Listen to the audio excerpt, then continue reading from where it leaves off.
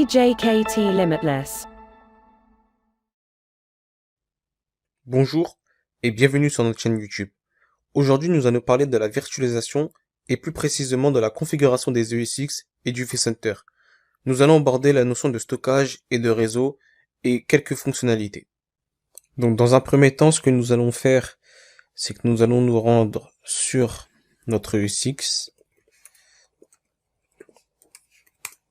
et nous allons configurer notre stockage.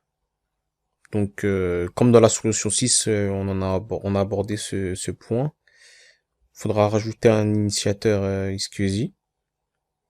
Donc, configuration. Se connecter à notre Unity. Donc, voilà. Puis faire les configurations. Donc, on va pas les revoir. On a déjà vu ça dans la solution 6. Et puis, il faudra rajouter une nouvelle banque de données. Du coup, est-ce qu'il les voit? Voilà. Du coup, la première banque de données, on peut l'appeler datastore-1. On va la créer. On va mettre VMFS5. Terminé. Oui. Qui va créer. On va créer la deuxième. Voilà. Pareil. Datastore-2.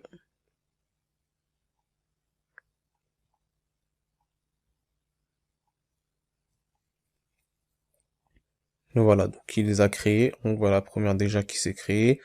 La deuxième va apparaître. Voilà. Du coup, actuellement, nous avons notre stockage. Donc, notre stockage où nous allons héberger nos VM. Donc, on va aller sur l'USX1 pour faire pareil. Donc, normalement, les datateurs, c'est déjà configuré. Voilà.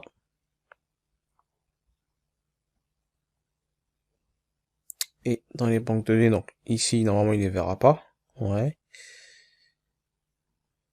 On va essayer d'actualiser pour qu'il les voit. Donc c'est bon, nous voyons notre deuxième data store. Donc le premier et le deuxième. Et pareil, le premier et le deuxième sur le deuxième SUXI. Donc maintenant c'est bien beau d'avoir deux ESX avec le même data store, mais il faudra, pour mieux gérer ces data stores, les configurer et les ajouter sur notre vCenter. Du coup, ce qu'on va faire, c'est que sur notre vCenter, on va l'actualiser. Donc, on va les ajouter en créant un nouveau centre de données. Donc, qu'est-ce qu'un centre de données? C'est un data center virtuel. Donc, c'est un conteneur qui va contenir tous les objets de notre inventaire. Et ça va nous permettre d'avoir un environnement opérationnel pour gérer nos ESX et nos machines virtuelles surtout. Du coup, vous donnez le nom que vous voulez. Suivant. Voilà. Donc, ça va le créer. Donc, voilà, il est créé. Mettant à ce data center, on va pouvoir ajouter nos autres, donc les deux ESX. Donc, clic droit dessus, ajouter un autre. Donc ici, le nom ou l'IP.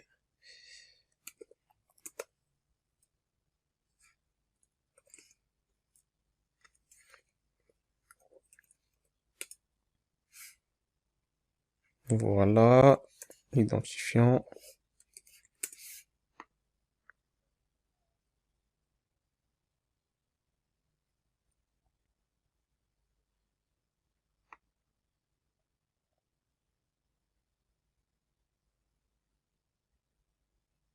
Donc voilà, on peut choisir des licences.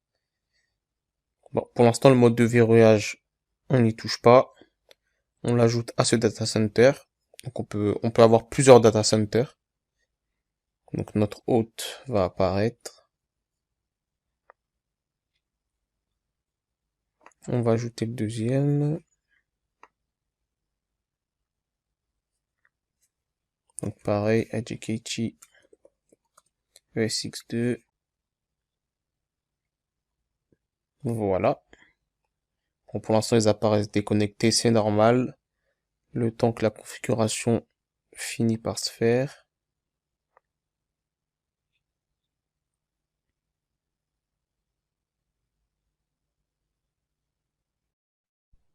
Donc on peut voir que une VM s'est créée. Donc c'est une VM de service, une VM qui va permettre de gérer l'état de notre cluster pour la disponibilité. Donc en parlant de disponibilité, c'est l'avantage. Admettons qu'on crée une machine virtuelle sur notre premier ESX et que celui-ci tombe en panne. Bah, le but, ça va être de redémarrer, que cette VM se loge directement et automatiquement sur le deuxième ESX. Donc pour cela, on va activer la fonctionnalité vSphere achat. Donc on va cliquer sur disponibilité de vSphere.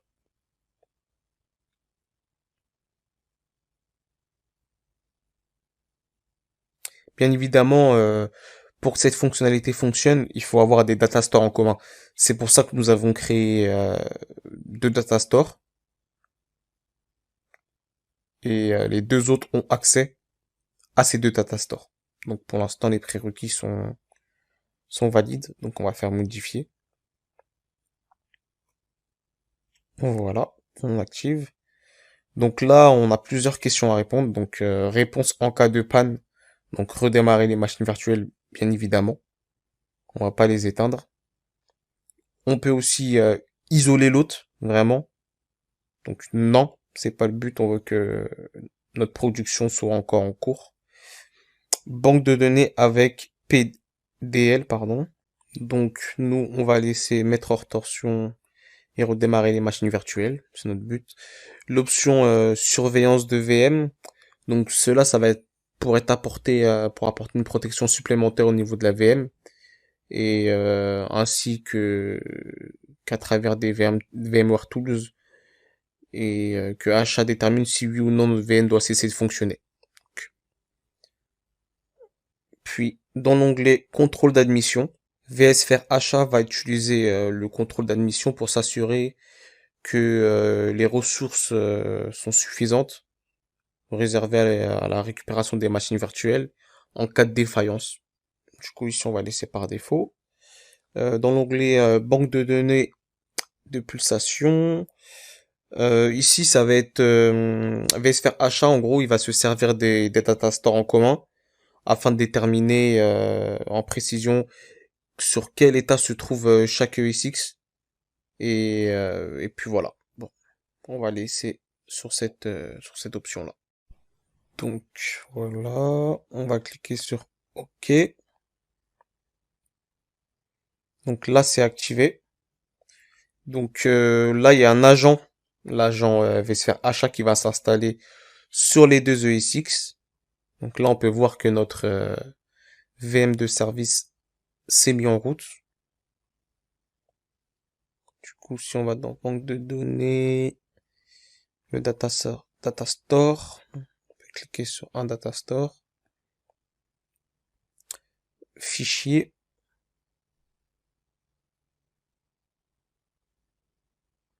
Voilà, on peut voir qu'il y a un répertoire vSphere achat qui s'est créé avec l'installation de l'agent. On va pouvoir passer à la prochaine étape, qui est la gestion du réseau. Alors, on va cliquer, voilà, ici, configurer, la mise en réseau, commutateur virtuel. Donc on sait que lors de l'installation d'un ESX, bah, celui-ci par défaut il est connecté à un vSwitch, vSwitch 0. Et donc on va voir les différentes étapes d'un vSwitch et ensuite la configuration d'un VDS. Du coup, dans un premier temps, on peut voir que bah, on a notre management network, donc le port pour accéder à notre ESX, qui est le ESX1. Il n'y a que une carte, donc un adaptateur. Ce qu'on va faire, c'est qu'on va en rajouter un pour avoir une redondance en cas que celui-ci tombe. Du coup, pour ça, on va cliquer sur gérer les adaptateurs physiques. Voilà, on voit déjà qu'on a un adaptateur, donc la VMNIC 0. On va en ajouter une. VMNIC 1. Voilà. Donc là, après, ensuite, on peut soit choisir de laisser donc les deux. Donc en l'occurrence, celle qu'on vient de rajouter, la VMNIC 1, en adaptateur actif, pour que ça soit de l'actif actif, ou en sous-cours, donc c'est de l'actif passif. Donc si la VMNIC 1 tombe, bah la VMNIC 1 prend le relais. On va rester comme ça, en actif-actif, d'accord. Donc on peut voir que le port, l'adaptateur s'est bien rajouté. Donc là, actuellement, on a notre redondance au niveau du management network. On va pouvoir faire la même chose sur le deuxième switch. C'est fait. Ensuite, on va ajouter une mise en réseau. Donc on va cliquer sur ajouter un réseau. Alors, adaptateur réseau VM kernel, c'est pour gérer le trafic venant ou à destination des ESX. Groupe de ports de machines virtuelles pour un commutateur standard, ça c'est pour les machines virtuelles. Donc, pareil, le trafic. Nous, c'est ça qui va nous intéresser. On peut faire soit sur un nouveau vSwitch, donc un vSwitch 1, ou garder le vSwitch 0. Donc nous, on va garder le vSwitch 0. Le nom, on laisse sur le VLAN 0, suivant. Donc là, il y a une nouvelle mise en réseau qui va venir ici, sur notre vSwitch 0. Donc voilà. On va faire la même chose sur le SX1. Toujours sur le vSwitch. Voilà. Voilà. Là, on va aussi créer notre port groupe à destination des machines virtuelles.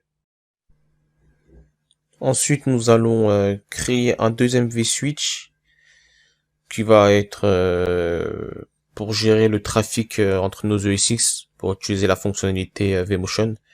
Donc, on va faire suivant. On va créer du coup un nouveau vSwitch. Ici, on peut attribuer les ports. On va attribuer par exemple le 2. Suivant. Libellé du réseau. Donc on va l'appeler vMotion par exemple, vMotion 1. Donc on ressource VLAN là, on sélectionne vMotion suivant. Ici on peut soit obtenir une adresse IP automatiquement ou renseigner une adresse IP. On va en renseigner une, par exemple. Voilà, on va appeler ça comme ça par exemple. Voilà. Suivant. On va faire cette même étape sur le deuxième. Du coup, là, on peut voir que notre deuxième vSwitch est apparu. Voilà, c'est bien connecté. Donc, nous avons vu l'ajout d'un nouveau vSwitch pour gérer notre vMotion, l'ajout d'un port groupe sur un vSwitch. Donc ensuite, ce qui est avantageux quand on utilise un vCenter, c'est de créer un VDS qui va nous permettre d'avoir une gestion plus simplifiée, plus centralisée et de débloquer quelques fonctionnalités. Du coup, on va cliquer ici pour créer notre VDS. Donc clic droit sur Data Center, commutateur distribué, nouveau commutateur distribué. Donc là, dans un premier temps, là, on crée notre VDS. Donc on lui donne un nom. Suivant. Voilà. On va pas créer d'abord ajouter de port groupe. On laisse les liaisons montantes à 4 ou à 8 comme vous voulez. Suivant, terminé. Donc voilà, notre VDS est créé. Ce qu'on va faire, c'est qu'on va créer la même arborescence que notre réseau actuel sur nos ESX pour ensuite migrer tout ça vers notre VDS. Donc une fois que notre VDS est créé, on va créer nos ports groupes. Donc clic droit, groupe de ports distribués, nouveau groupe de ports distribués. Donc, à savoir que là, on ne crée pas des ports management, on ne crée pas de ports VDS. Là, on va créer un groupe de ports sur lequel on va lier des VM kernel. Et en l'occurrence, là, ce groupe de ports, il sera destiné au management. Du coup, par exemple, VDS-management. Voilà. Donc ensuite, bon, on va laisser ça par défaut. Suivant. Terminé. Donc là, on peut voir notre VDS management qui a été créé. On va faire la même chose pour nos vMotion. Donc VDS vMotion 1. Suivant. Pour le 2 aussi.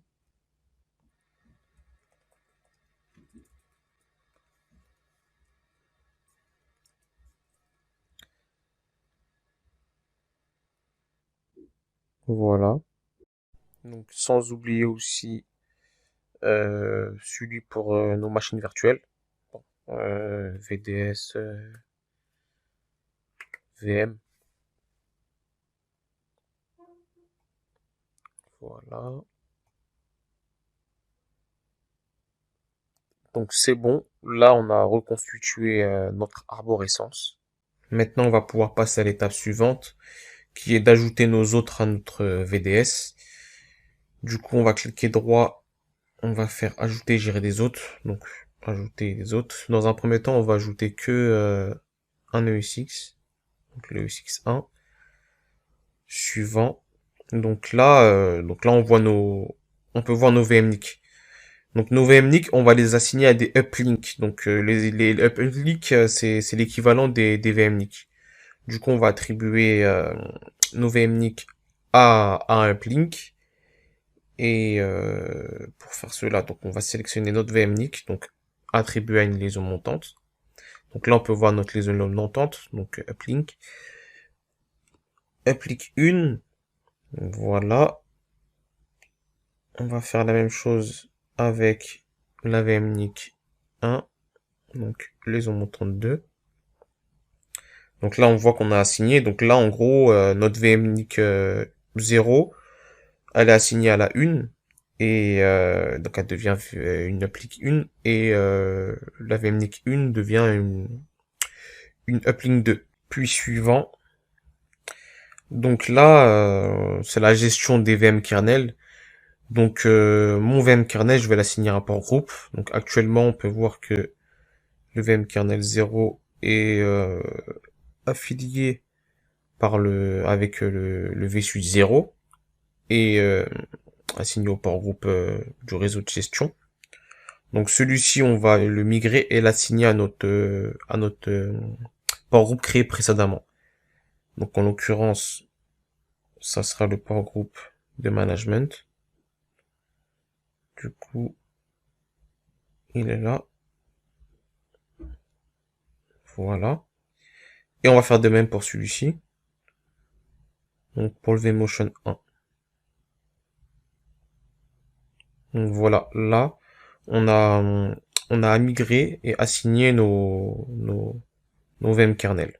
Donc on va faire suivant. Là, c'est pour migrer le réseau de la VM. On n'a pas de machine virtuelle, on peut cliquer. Mais si vous avez des machines virtuelles, il faut les migrer. Donc suivant. Là, on a récapitulatif. Finir. Et puis là, on a la liste des process. Donc en file d'attente pour la migration. Donc si je regarde ici, on peut voir ce qui est en file d'attente. Donc voilà. Donc on se retrouve quand tout ça est terminé. Donc nos tâches sont terminées. Ce qu'on va faire, on va essayer de ping notre EUSX pour voir si la connexion n'a pas été perdue. C'est 0.202. Donc il ping bien. On va aller ici. Donc c'est le EUSX1. Virtual Switch. Et là, on peut voir nos VDS. Donc, ici, on a notre VDS avec le VDS Management, VDS vMotion, avec les bonnes uplinks. Et si je développe ici, par exemple, ici, je peux voir que, bah, il n'y a plus rien. T'as une VMNIC sur le vSwitch 1 qui est assignée, mais il n'y a plus rien, donc on peut faire du ménage. Donc, par exemple, on va supprimer ici.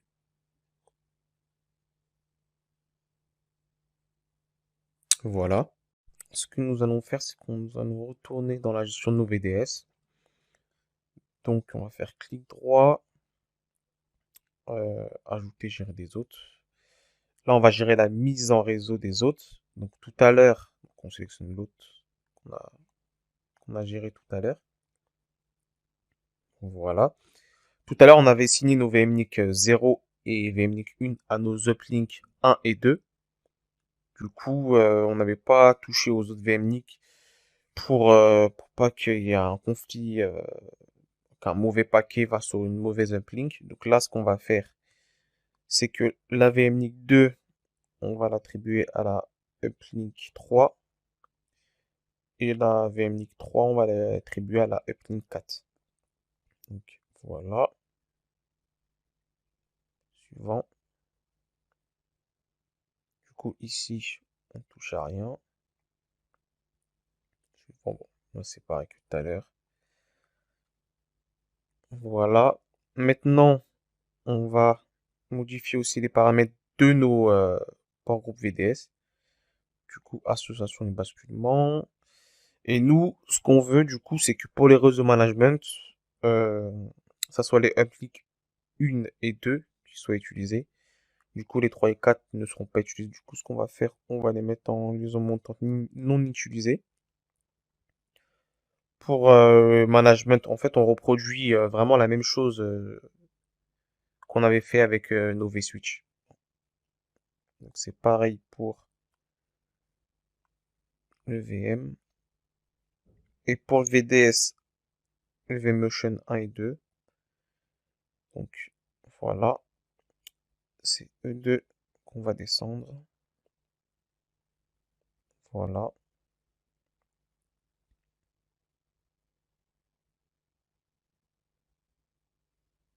Voilà. Du coup là, on a vraiment bien reproduit notre arborescence. Donc on va repartir dans la configuration de nos hôtes. Voilà. vSwitch 0, on peut le supprimer. Comme tout à l'heure avec le 1. Voilà, donc là, on est passé en full VDS. Donc on va actualiser. Donc actuellement, on ne voit pas notre port groupe VDS VM, car actuellement, nous n'avons pas de VM qui sont disponibles. Mais lorsqu'on nous créerons une VM, le port groupe VDS VM sera logé ici, donc dans notre VDS. Et on pourra voir qu'il sera affecté aux uplink 1 et 2. Donc si par exemple on clique sur la uplink 1, on peut voir qu'elle est affiliée à notre VDS Management. Également pour la uplink 2. Uplink 3, on peut voir VDS vMotion comme on avait fait tout à l'heure. Donc maintenant que tout ça est fait sur le USX1, on va faire la même chose avec le USX2. Donc ici, on a notre vSwitch 0 et notre vSwitch 1 que nous allons migrer. Du coup, on repart ici. Donc, ajouter, gérer des hôtes. Suivant, ajouter, on sélectionne le USX2. Voilà. Du coup, bah là c'est pareil, hein. On ajoute nos liaisons montantes. Voilà.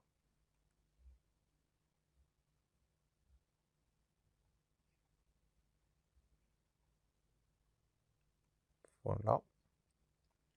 Suivant. On migre nos VM kernel. Du coup, la VM kernel 0 avec bah, le VDS Management, le VM kernel 1 qui était pour le vMotion 2 avec l'OVMotion 2. Ok. Suivant. Voilà. On sélectionne suivant. Finir. Donc là, c'est en file d'attente. Donc la tâche est terminée. Ce qu'on va faire, c'est qu'on va vérifier. Donc pour le UX2 que tout est bon.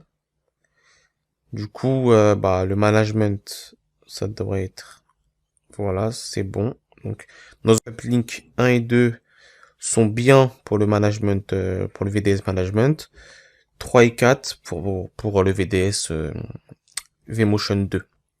Du coup, ici, on voit qu'il n'y a plus rien. Du coup, on peut supprimer.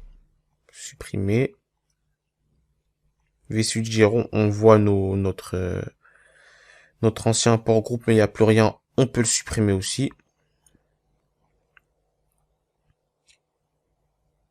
Donc voilà. Là actuellement on a terminé la création de nos VDS. Donc là on voit que c'est vraiment une gestion centralisée et plus simplifiée. Que c'est plus simple à voir. Du coup pour faire un récapitulatif, dans cette vidéo on a créé un cluster de ESX. Puis on a ajouté nos différents data stores aux ESX. On a créé des vSwitch et on a migré ces vSwitch en VDS. Donc petit rappel, actuellement le port groupe DVM on le voit pas parce qu'on n'a pas de machine virtuelle. Donc dans la prochaine vidéo on verra la mise en place de machines virtuelles avec les fonctionnalités utiles du cluster de E6 car on a activé la fonctionnalité de haute disponibilité. Donc on verra comment bien utiliser cette fonctionnalité et si elle fonctionne. Donc je vous remercie d'avoir suivi cette vidéo et à bientôt dans la prochaine vidéo.